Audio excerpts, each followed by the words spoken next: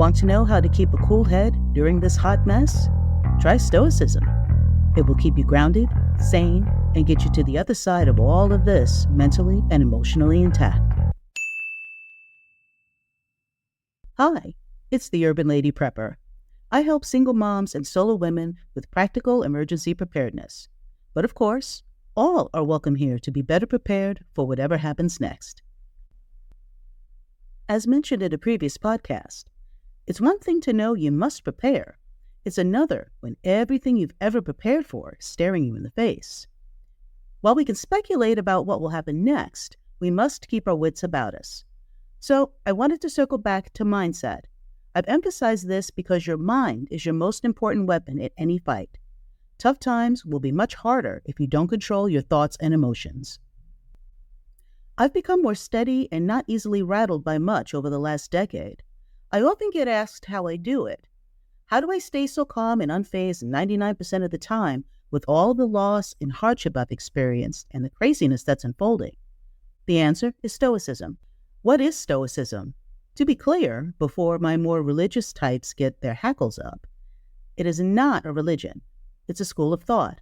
In fact, if you've lost sight of your faith, if your faith and its followers have become something you don't recognize, or you're not even sure if that belief system fits you anymore, adopting Stoicism may help realign you with the pure, original spiritual aspect of your religion, as opposed to what man may be morphing it into. You've heard the root word stoic before. For example, despite the devastating news, she remains stoic, accepting the situation with surprising calm and dignity. It describes someone who displays emotional restraint and fortitude in adversity. It embraces reason, virtue, and accepting things as they are while appreciating what we have and how easily we can lose it. These values complement the prepping lifestyle and will serve you well in stressful situations when keeping a cool head can make the difference between life and death. Challenges are constant and emotions can feel overwhelming. Finding effective coping mechanisms is essential for personal development and self-improvement. I believe that Stoicism, this ancient philosophy emphasizing emotional resilience amidst life's ups and downs, can transform one's perspective, cultivating inner peace and a steady mind. You don't have to be born with a Stoic personality. Even if you're very emotional and may be considered flighty or dramatic, you can develop steadiness using the tenets of Stoicism. It will help you move forward when feeling stuck, lean on gratitude when feelings of lack creep up, and most importantly, stay calm when it all hits the fan. The people who prepared and know how to keep it together mentally and emotionally will be the ones to make it to the other side of the chaos intact. I bet most of those people will be Stoics, whether they identify as that or not. If you want to increase your chances of getting through this next chapter unbroken, I recommend it. How did I discover Stoicism as a practice and not just an aspect of my personality? It was through the book The Obstacle is the Way by Ryan Holiday. The guitarist I like, Nita Strauss, highly recommended the book.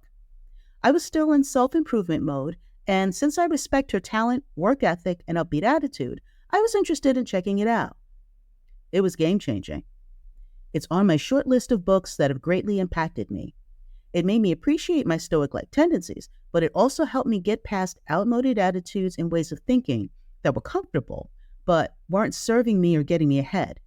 It further drove home that emotions have their place, but I must still control them. I had my angry, don't mess with me era in my late teens and early 20s when I met my first husband, who had a totally stoic demeanor. I was the, what are you looking at, girl? As a Gen Xer who grew up through New York's messiest era of crack wars, carjacking, AIDS, heroin, and drive-bys, I had an attitude as sharp as the box cutter I used to carry. I was a speeder, a road rager, a musician who carried my instrument through the subway after rehearsals with my game face on. I would think nothing of cussing out any dude that pissed me off, and it didn't matter if he was twice my size. My husband once said, "You're going to get me into a fight." I responded that I'd been fighting my own battles before I met him, I'd fight my own battles while I was with him, and I'd be doing it after he was gone. My mouth didn't come with a limiter, and while it may have taken me a minute to get angry enough to physically fight, once I got there, Oh boy, it wasn't pretty. He told me that one day I'm going to write a check my ass can't cover, and I need to learn how to keep it cool. But I continued on with no chill whatsoever, using work, being a working musician, and side hustles as an excuse to be, well, a cranky bee. I did mellow out some, but after his passing in a new city, along with my thoughts, I realized how damaged I was. I thought of all the times I could have been better, more thoughtful, and more considerate of other people's time.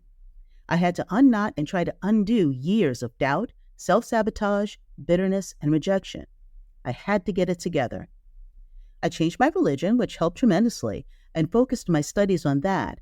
And as I continued embracing the more naturally stoic side of myself, I finally started to find some peace. I began to feel happy for the first time in a long time. My second marriage was to a man who was the opposite of my first husband. He was powerfully emotional and earnest, and tested the steadiness I had worked so hard to develop. But this time, I was too chill. I lost my fight and lost myself. I'd gone from Buttercup the Powerpuff Girl to a walking, emotionless entity, unable to trust or assert myself. It wasn't anything he had done. I had worn myself out and had no real direction or passion for anything. That is, until I got back to prepping. I started getting my focus and purpose back. We began to look to our future with preparedness in mind. My husband didn't always get it, especially when I came home with chickens, but he was pleased that I seemed to get my groove back after being laid off and unable to find work for a long time. I began reading the book, and it instantly resonated with me. It helped me deal with my negative feelings. I ended up taking a job in a factory. This was tough for several reasons as someone who worked in comfy offices with a certain amount of freedom, but I needed the work. The hours sucked, I didn't like anyone I worked with, and it was very hard on my body. But having embraced Stoicism, I knew this was temporary and I would get through it. A quote from the book reads, "Remember that this moment is not your life, it's just a moment in your life. Focus on what is in front of you right now. Ignore what it represents or it means or why it happened to you." I then took a chance on a job opportunity in another state right before the pandemic hit.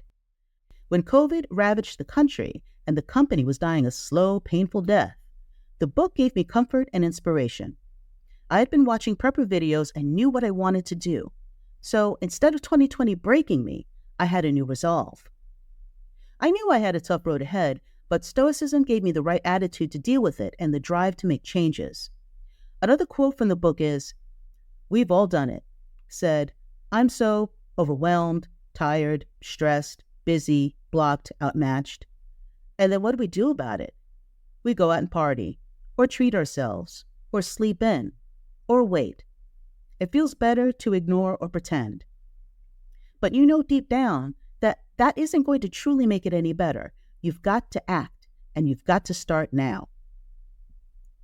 One of the great Stoics, Seneca, said, "Life is very short and anxious for those who forget the past, neglect the present, and fear the future." These quotes reminded me why I started prepping in the first place. I spent time reading, writing, making plans, and learning as much as I could about Stoicism and preparedness from every angle. 2 years went by, but those weren't idle times. There were some good moments, but my second husband ended up passing away in 2022. Again, Stoicism got me through it. Fast forward to May 2024, when my Urban Lady Prepper website went live. The podcast came about a few weeks later, and I never stopped emphasizing the importance of mindset. So I finally wanted to do a show about this because Stoicism got me through some challenging times. I'm hoping it will help you too, with prepping and life in general. So where do you begin? Very simply, start by embracing the serenity prayer. Grant me the serenity to accept the things I cannot change, courage to change the things I can, and the wisdom to know the difference. This encapsulates Stoic thought. Embrace the Stoic idea of amor fati, or love of fate. By accepting that everything happens for a reason, you can build a more resilient outlook on life's uncertainties. Another Stoic favorite is memento mori, the Latin phrase meaning remember that you must die. The negative isn't the focus. It's a reminder to make the most of one's life. These are practical steps to enhance one's emotional resilience, which is the ability to adapt to stressful situations and cope with life's challenges.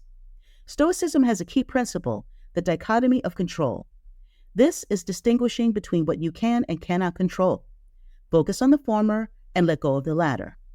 To quote the great Stoic Epictetus, "The chief task in life is simply this, to identify and separate matters so that I can say clearly to myself which are externals not under my control and which have to do with the choices I actually control. Where then do I look for good and evil? Not to uncontrollable externals, but within myself to the choices that are my own." You can also build emotional resilience by practicing mindfulness. When faced with a stressful situation, pause and recognize your immediate emotional response. This awareness allows for a more measured and rational reaction. To again quote Ryan Holiday, "If an emotion can change the condition or the situation you're dealing with, it is likely an unhelpful emotion, or quite possibly a destructive one. But it's what I feel, right?" No one said anything about not feeling it. No one said you can't ever cry. Forget manliness. If you need to take a moment, by all means, go ahead. Real strength lies in the control, or, as Nassim Taleb put it, the domestication of one's emotions, not in pretending they don't exist. Stoic thought encourages viewing obstacles as opportunities for growth. By reframing challenges, you can develop a more resilient mindset. Maya Angelou famously wrote, "I can be changed by what happens to me, but I refuse to be reduced by it." Stoicism also emphasizes attention to the present moment, focusing on inner virtue rather than external success. Virtue in Stoicism involves aligning actions with moral values such as wisdom, courage, and justice, rather than for fame or recognition, because we'll eventually be either cast aside or forgotten. It's more important to be the best person you can be to have peace within yourself while alive. Strive for empathy and understanding in daily interactions. Recognize that everyone is fighting their own battles and approach situations with compassion. Focusing on these values can provide a stable foundation for supporting one's faith or belief system.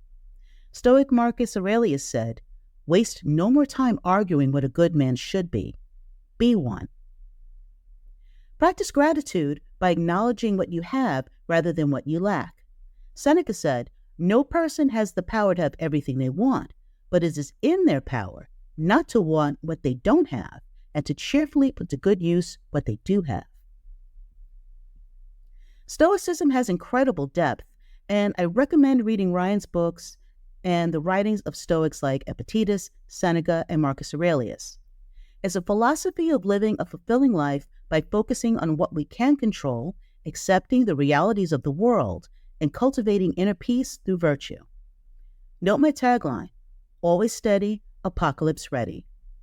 I consider myself a Stoic, and the philosophy has helped me through several challenging chapters in dealing with difficult people and situations. If you delve into the philosophy, I believe you will reap great benefits. It will provide the quiet confidence that self-control and self-awareness can bring. As preppers, Stoicism can help us stay practical, present, calm, focused, and prepared while walking strong into the future, whatever it may bring. Thanks for listening. Until next time, this is the Urban Lady Prepper signing off. I hope that I've given you some things to think about as you go through the upcoming week. I upload a new podcast every Sunday. Visit my website, urbanladyprepper.com, where I post a new article every Wednesday and Friday. While there, sign up for my weekly newsletter, which contains information that usually isn't on the podcast or website. Subscribe to my YouTube channel and show your support with a donation or buy some Urban Lady Prepper gear. It helps me continue to grow and provide even more content. Join me on the socials. I look forward to hearing from you. Stay safe, stay sharp, and be ready. You can